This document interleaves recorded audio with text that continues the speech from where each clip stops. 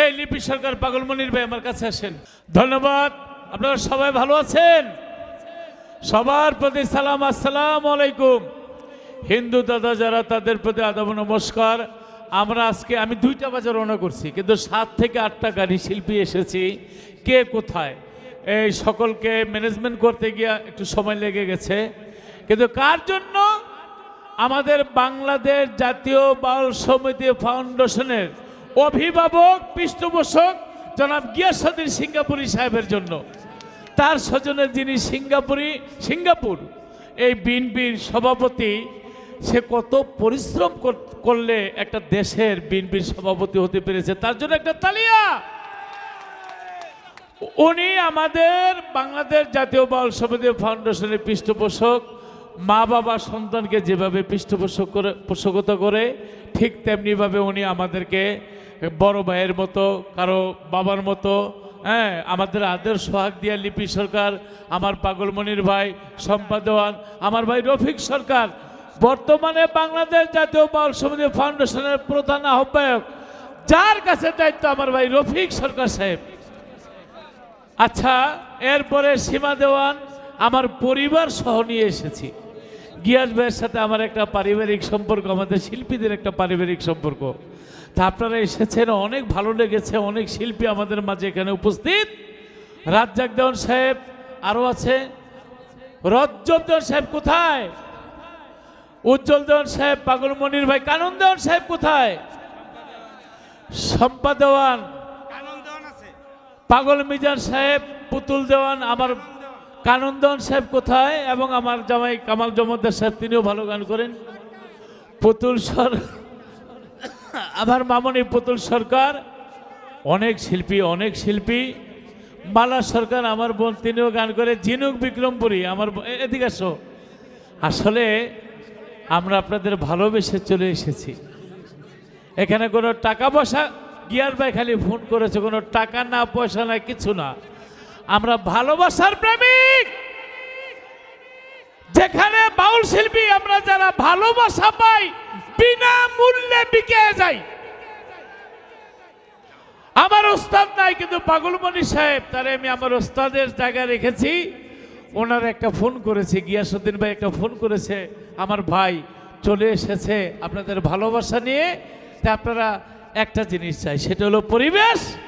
এবং ভবিষ্যতে আমার গিয়াসউদ্দিন সিঙ্গাপুরি ভাইয়ের হাতকে শক্তিশালী করুন। বাংলাদেশ জিন্দাবাদ। এবং জাতীয়তাবাদী দলের যত নেতা কর্মী যে যেখানে আছেন, সকলের প্রতি আমাদের শিল্পীদের পক্ষ থেকে সালাম শ্রদ্ধা রইল। আমার মা বোন ভাই বন্ধু যেখানে আছেন, আপনারা গান শুনবেন, কিন্তু একটু পরিবেশ চাচ্ছি, আর কিচ্ছু চাচ্ছি না। আমার মনির ভাই 2টা কথা বলবে, তারপরে গিয়াসউদ্দিন ভাই আপনি 2টা কথা বলবেন। অত্র এলাকার গণ্যমান্য ব্যক্তিগণ, ময়মুরব্বিয়ান বা দূর দূরান্ত থেকে যারা উপস্থিত, নেতৃবৃন্দ, সবার প্রতি জানাচ্ছি আন্তরিক ভালোবাসা বা শুভেচ্ছা। আজকে লতিফ সরকার সাহেব কয়েকজন শিল্পীর নাম বলেছে। আসলে যে নাম বলেছে তার থেকে শিল্পী আরও বেশি এখানে। হয়তো তাড়াতাড়ি করে অনেকের নাম বলতে পারছে, অনেকের নাম বলতে পারে নাই। যাদের নাম বলতে পারে নাই আমি বলবো, হয়তো তাড়াতাড়ির মধ্যে নামটা বলতে পারে নাই, তোমরা যারা কেউ মনে কষ্ট নিবে না। আর আজকে আমরা যেখানে এতগুলা শিল্পী উপস্থিত, সেই লতিফ সরকার যা বলছে, সে মাননীয় গিয়াসউদ্দিন সাহেব সিঙ্গাপুরি বা চেয়ারম্যান, তার জন্য আজকে এতগুলা শিল্পী উপস্থিত। আর হোমনা এলাকায় আল্লাহর রহমতে আপনাদের দোয়ায় অনেক প্রোগ্রাম করেছি, যদি বেঁচে থাকি আরও করব। তবে আপনারা গান শোনার আশেক, আপনাদের পরিবেশের কথা এটা বলতে হয় না, আপনারা নিজেরাই ভালো পরিবেশ জানেন। ধন্যবাদ সবার প্রতি, আমাকে ক্ষমার চোখে দেখবেন। আমি একটি কথা আমার বাবাকে বলবো, এটা আমার হোমনাতে এসে আপনাদের যারা শিল্পী আছেন তাদের কেমন লাগতেছে গিয়াসউদ্দিন ভাইয়ের আমন্ত্রণে, শুধু এই কথাটা বলবেন, আমি আর কিছু চাই না। গিয়াসউদ্দিন সাহেবের আমন্ত্রণে আজকে যে হয়তো অনুমানিক 20 থেকে 50 জন শিল্পী প্রত্যেকটা শিল্পীর বায়না 80, 90, 60, 70, কিন্তু প্রত্যেকটা শিল্পী যে উপস্থিত, একটা শিল্পীও আমার মনে হয় আমি যখন 10 টাকা পাই নাই, মনে হয় কোনো শিল্পীর এই 10 টাকা পায় নাই। আমি যখন পাই নাই, তাহলে আসার একটাই কারণ ভালোবাসা এবং প্রেম। আর গিয়াসউদ্দিন সাহেব শিল্পীদেরকে মূল্যায়ন করতে জানে, ভালোবাসতে জানে বিদায় প্রত্যেকটা শিল্পী আমরা আজকে উপস্থিত। দোয়া রাখবেন আজকে যেন যারা যারা আসছে, আমি গান নাইলে একটা না গাইলাম, সবাই যেন গান গেয়ে আপনাদেরকে আত্মাকে শান্তি দিতে পারে, এই দোয়াটুকু করবেন। ধন্যবাদ। আচ্ছা, আপনারা এখন যেই জিনিসটা চাচ্ছেন গান শুরু হয়ে যাক, এটি তো চাচ্ছেন নাকি? আমি জানি আপনাদের মনের কথা। আমাদের বাংলাদেশ জাতীয় বাউল সমিতির আহ্বায়ক জনাব রফিক সরকার সাহেব এই মাটিরই সন্তান, আমার ভাই, সমস্ত দায়িত্ব তার কাছে।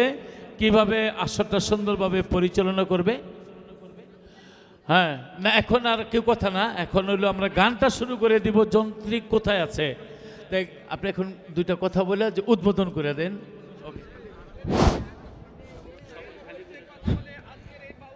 আসসালামু আলাইকুম। দূর দূরান্ত থেকে আগত বাউল গানের ভক্তবিন্দু, আজকের যেই অনুষ্ঠানের আয়োজন, ওর নাম দেখি জোহর আলী শাহ নামের উদ্দেশ্যে, তা আপনারা আসলে কি আসছেন গান শুনতে? এখন আমি যদি বেশি কথা বলি আপনারা আমার উপরেও বিরক্ত হবেন। আমি 30 জন শিল্পী আনছি, এটা অন্যদিকে। এখন একটু বেশি কথা বললেই আপনারা আমার উপরে বিরক্ত হবেন, আমি বিরক্ত করতে চাই না। আমি এখানে অনেক লোকজন আছে, শিল্পীদেরকে অনুরোধ করব আর কথা না বইলা গানে চলে যাওয়ার জন্য। গান করবেন শিল্পীরা এখন। আর আজকে যে আপনারা এতগুলো শিল্পী দেখছেন, এটা সবচেয়ে কম শিল্পী। আরও শিল্পী আসতো, আরও 2টা গাড়ি রয়ে গেছে পিছনে, আরও 2টা গাড়ি আসবে, আর সবার আমি জানাইও নাই। এটার একমাত্র মূল উদ্দেশ্য হলো, আমি আসছি 3 দিন আগে সিঙ্গাপুর থেকে। এই মিজান ভাই যদি চেষ্টা না করতো, এই শিল্পী এনে আসতো না, আর এইখানে অনুষ্ঠান ওইভাবে হইতো না। অনুষ্ঠানটা হওয়ার কথা ছিল আমার বাড়ির সামনে, সেই অনুষ্ঠানটা মিজান ভাই এখানে নিয়ে আসছে এই পিসাবের কারণে। তা আপনারা দোয়া করবেন সারা জীবন আমি যেন বাউলদেরকে ভালোবাসে যেতে পারি, তাদের সাথে আমার এই সম্পর্কটা থাকে। আর যেই কোনো সময় আপনারা গান শুনতে চাইবেন, ওদেরকে দাওয়াত করে না আপনাদের আত্মার খোরাক দিতে পারি গানের মাধ্যমে, এই দোয়া করে আমি এখনই আমার সংক্ষিপ্ত বক্তব্য শেষ করে আমার মাইক মিজান ভাইয়ের কাছে 2টা কথা বলার জন্য। উনি হইল আজকে এই অনুষ্ঠানের উদ্বোধক, উনি উদ্বোধনে ঘোষণা করবেন। উদ্বোধক সাহেব ঘোষণা করার আগে আমি রিকোয়েস্ট করব সম্পদ সাহেবকে কিছু কথা বললা শর্ট সময়ের মধ্যে উনি আপনাদেরকে একটা সান্ত্বনা দেওয়ার। আসসালামু আলাইকুম। এরপরে আসবে আমাদের মিজান ভাই।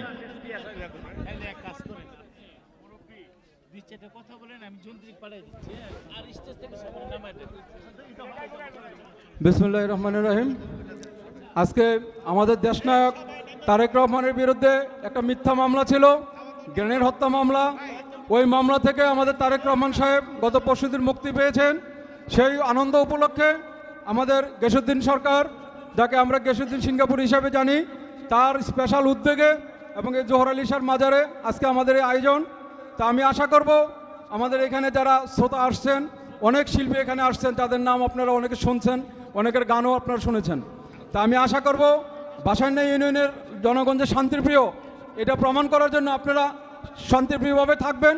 কারণ এত শিল্পী আসছেন যে এত গান আপনাদেরকে উপহার দিবেন যে আপনারা তা মানে ভাষায় প্রকাশ করতে পারবেন না। তাই আমার অনুরোধ থাকবে আপনারা সবাই শান্তশিষ্টভাবে পরিবেশ বজায় রাখবেন, যাতে আমরা সকলেই ওনাদের গান শুনতে পারি। পরিশেষে আবারও আমি গিয়াসউদ্দিনকে আবারও আমার আন্তরিক অভিনন্দন জানাচ্ছি যে একটা সুন্দর পরিবেশে এতগুলো শিল্পী বাসাইন্না ইউনিয়নে আনার জন্য। এবং আপনারা সকলেই আমাদের দেশনায়ক তারেক রহমান এবং আমাদের দেশমাতা খালেদা জিয়ার জন্য দোয়া করবেন। এবং আমাদের শ্রদ্ধেয় নেতা ডক্টর খন্দকার মোশাররফ হোসেন স্যার অসুস্থ, স্যারের জন্য আপনারা দোয়া করবেন।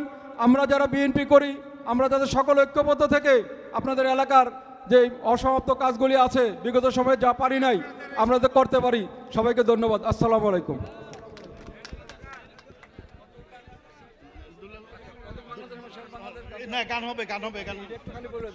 শিল্পীদের কাছে সকলের পক্ষ থেকে একটা অনুরোধ, আমাদের দলীয় সঙ্গীত যেটা প্রথম বাংলাদেশ আমার শেষ বাংলাদেশ, ওই সঙ্গীতটা দিয়েই আমরা আমাদের এই উদ্বোধন করবেন।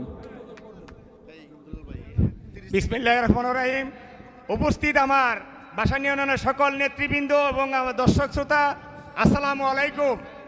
আপনারা অনেকক্ষণ ধরে অপেক্ষা করতেছেন। বাংলার শ্রেষ্ঠ শিল্পীরা আজকে গিয়াসউদ্দিন সিঙ্গাপুরের উপলক্ষে আমাদের মাঝে আসছে। এটা ইতিহাসের একটা রেকর্ড।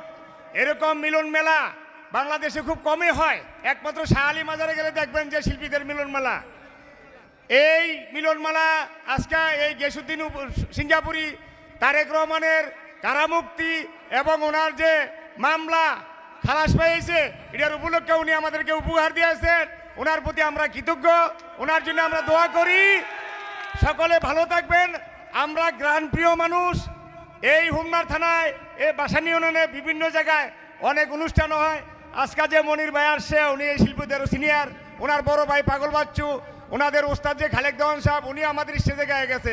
আমার বাড়ি তৃতীয় রঘুনাথপুর, আমি রোহিতপালা দরবারের খাদেম। সকলকে দাওয়াত করে গেলাম 22শে মাঘ ফেব্রুয়ারি 4 তারিখ।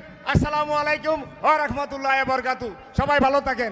এই মুহূর্তে আপনাদের সামনে আজকের যে এই অনুষ্ঠানের উদ্যোগদাতা আমার শ্রদ্ধেয় বড় ভাই মিজানুর রহমান সাহেব আপনাদের সামনে দু একটি কথা রাখবেন। আসসালামু আলাইকুম।